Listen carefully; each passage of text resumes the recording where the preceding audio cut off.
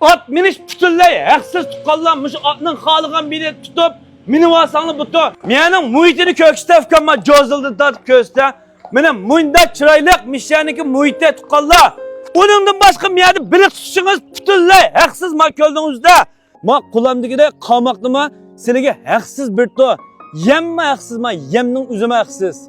Bağın bilikten muşunu üzerine aşı layık aletini veşli samsak olan katip pişirip ekip bitken.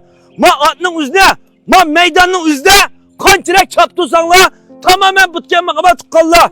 Emmi oğlak diyen muşu mine. Munda küçük oğlakның üzerine kavap kıp sepirtken makaba tıkkalla. Mine bir aile kişilik yasanlı bitken. Onun da başka ma koyuldun hemmisi ma bodakçılı emesken bu.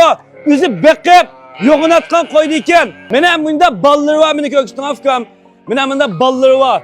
Mişyadi üzü tukkan bakma, üzü tukkan mişyadi üzü tukkan bodakçılı emez. Kunak yiyen tokunun da pencisi ma üzanlık öppekanla. Ma o bunda bodakkan toka emez makama tukkalla kunak yiyen toka. Şu kunak yiyen tokunun tukumu ma mişyadi baken makama.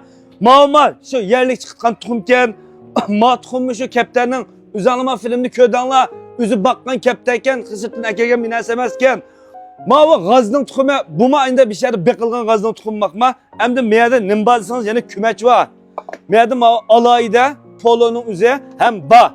Hem de mişe gibinde kalırsanız tukalla ayağını köküste. Nait serinalette oynayalıslıken bakma mişede. Hem de ben silegen manın içini köküste koyu kandarakken. İç tarafıma meyada veşçi serinken muşu kontrolünün üzü suğu tupurken bakma yazıp kaldı. Mayada bir kişilik oturalıslıken ayvanda oturtma desanla ayvanın üzde. Mene ma ayvan. Mişede oturup tamak bir nesini insanlar bütünley butu ez tukalla. Emdi ma iç tarafta boşanma ba mene xiydanı çıkanmayla boşanma. Mişde boşandın üçü var makma tukalla.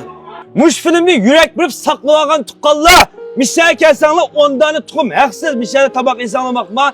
Emdi mişeninki adresini ben dinleyip çıkarıp koydum. Küçük oyla Aramgahı. Telefon numaranızı daha tapamız ha? Telefon numara 180 40 71 51 11. Emiz tukalla adresini çıkıp koyup yürek birip saklayanla rahmet.